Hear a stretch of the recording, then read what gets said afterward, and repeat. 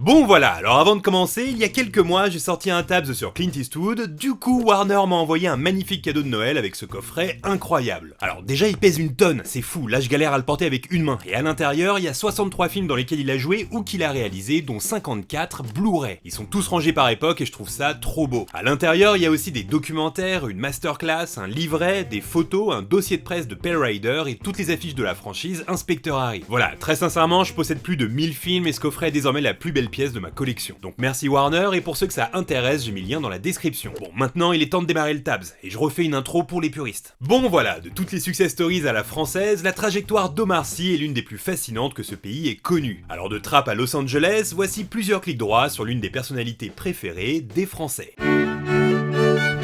Omar Sy naît le 20 janvier 1978 à Trappes dans les Yvelines, une commune située à 35 km de Paris qui est un mix entre la campagne et la ville. Il y passe une enfance heureuse enchaînant les parties de cache-cache dans les champs ou dans les forêts. Omar Sy est toujours entouré de copains et pas n'importe lesquels puisque dans sa classe se trouve ni plus ni moins que Nicolas Anelka. Franchement, j'ai rarement vu autant de potentiel dans une classe de CM2. La dernière fois que j'ai vu ça, c'est quand j'ai appris que Rami Malek et Kirsten Dunst étaient dans la même classe en 6ème et que Naomi Watts et Nicole Kidman ont fait ensemble la 4ème. Même si le combo ultime, ça reste 4 cracks au même moment dans la même classe, à savoir Thierry Lhermitte, Michel Blanc, Christian Clavier et Gérard Jugnot quand ils étaient ensemble au lycée. En parlant de lycée, Omar Sy est un élève sérieux qui au milieu des années 90 prépare un bac pro chauffage et climatisation. Mais tout comme Nicolas Anelka, c'est le foot qui va lui offrir un autre destin, à la petite différence que Omar Sy est nul. Un jour, durant un match, il se fait remplacer et au bord du terrain se met à commenter la partie à voix haute pour amuser la galerie. Ce jour-là, tout le monde se marre, dont une personne qui le remarque, qui vient également de Trappes et qui va alors changer sa vie, Jamel Debbouze. Car en 1997, Jamel lui est déjà sur Radio Nova. Il anime depuis 2 ans une émission appelée KX dans laquelle il enchaîne les vannes. Et donc en le voyant faire le commentateur au bord du stade, il a une vision et lui propose de le rejoindre à la radio. Cette année-là, Omar Sy débute donc au micro et enchaîne plusieurs sketchs. C'est officiellement là, dans cette petite salle d'enregistrement, que tout débute. Bonsoir mademoiselle, bonsoir monsieur. Aujourd'hui vous êtes bien là sur KX, là 18h, 19h, c'est mon émission maintenant. L'émission elle a commencé, ça Oui. Qu'est-ce que Je viens de commencer. Je vous suis trompé, je dis c'est pour moi, mais c'est pour moi et Jamel l'émission là. Faut pas dire n'importe quoi, Omar. Oui, non, c'est parce que tu n'es pas là, c'est pour pas mentir quoi. Là-bas, il rencontre Eric et Ramsey, Michael Youn, Vincent Dezania et surtout Fred Testo avec qui le feeling est évident. Le truc, c'est que en même temps, Omar Sy est encore au lycée. Il alterne donc l'école et la radio et forcément a du mal à se motiver pour le bac. Alors en mai 1998, lorsque Jamel Debbouze lui propose de le suivre à Cannes pour tourner dans des sketchs sur Canal+, Omar Sy se doit de faire un choix. Rester et passer le bac, ou alors tout abandonner pour se rendre à Cannes. C'est la deuxième option qui est choisie et la suite, forcément, va lui donner raison. Service après-vente, bonjour. Car petit à petit, Omar Sy montre sa tête dans les sketchs de Jamel. D'abord à Cannes donc, mais aussi à la rentrée en septembre 98, puisqu'il apparaît très souvent dans le cinéma de Jamel en compagnie de Fred Testo. Chef, j'en ai une bonne. Bah t'as intérêt qu'elle soit bonne. Aretha Franklin et Sean Connery devaient se marier, mais ils n'ont pas pu. Pourquoi Parce que sinon elle s'appellerait Aretha Connery. Ça c'est vraiment... Le public s'attache de plus en plus à ces deux personnages secondaires, alors lorsque Jamel plie bagage pour faire du cinéma, Canal+ propose à Omar et Fred de lancer leur propre format. Ça s'appelle le Visiophone et chaque soir, les deux compères créent plusieurs personnages en balançant des vannes sur l'actualité. Bonsoir Karim, j'appelle avec mon pote anonyme. Nous on appelle parce qu'on a vu que Kenza Duloft, elle va faire des animations pour les supermarchés. Mais franchement, elle doit être fière d'elle, hein, parce que Philippe Risoli, il a mis 20 ans pour en arriver là. Franchement, c'est bien.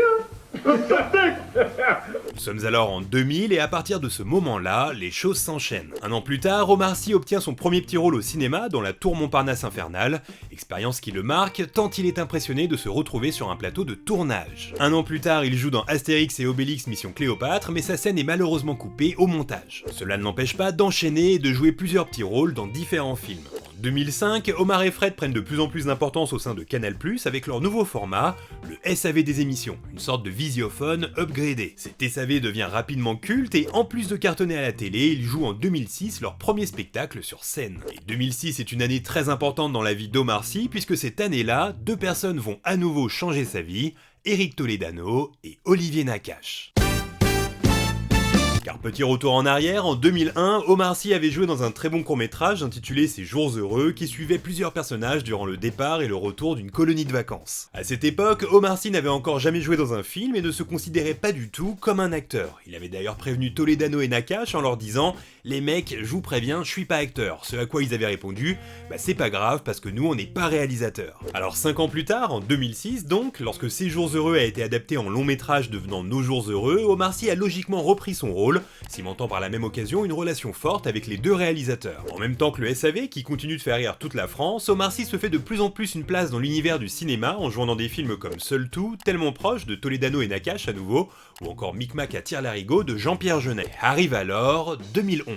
Certainement l'année la plus importante dans sa carrière, puisque cette année-là sort Intouchable qui fait un carton monumental. Avec 19,3 millions d'entrées, ce film devient le troisième dans l'histoire à avoir réuni le plus de gens en France dans les salles, derrière Bienvenue chez les Ch'tis et Titanic. En 2013, il devient même le film français le plus vu de l'histoire à l'étranger. Omar Sy se découvre alors à la face du monde et obtient quelques mois plus tard le César du meilleur acteur. César qui lui fait enfin prendre conscience qu'acteur est son métier. Dans la foulée, il arrête le SAV et voit les choses en grand. L'étape suivante, ce sera l'Amérique.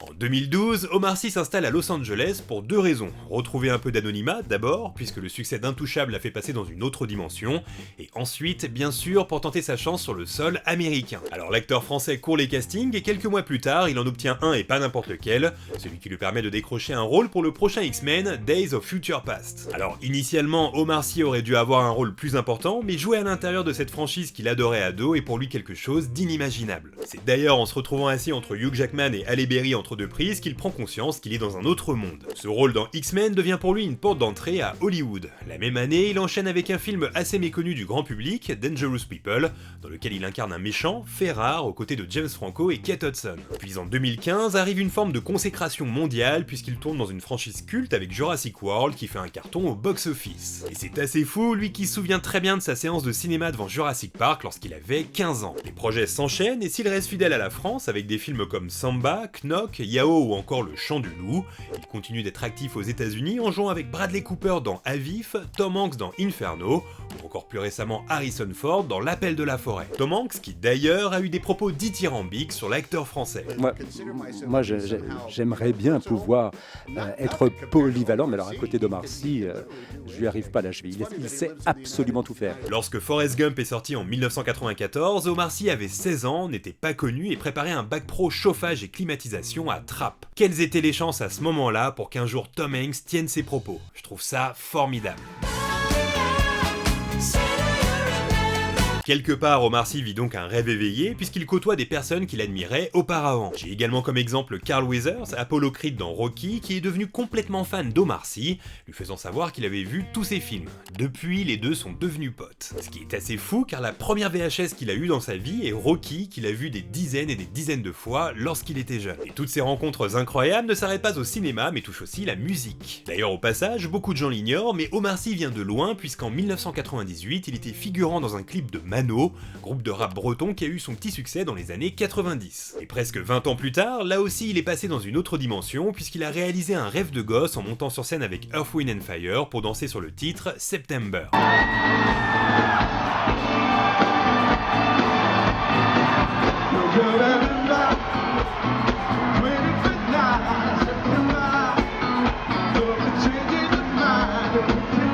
Ce qui est fou, c'est que ça ne s'arrête pas là, puisque le groupe a même enregistré un titre en duo avec Omar Sy, My Promise, sorti en 2013. Ce qui fait énormément de rêves réalisés pour l'acteur français depuis le sacre d'Intouchable. Et c'est sur ces dernières infos, assez incroyables, que se clôt l'épisode d'aujourd'hui.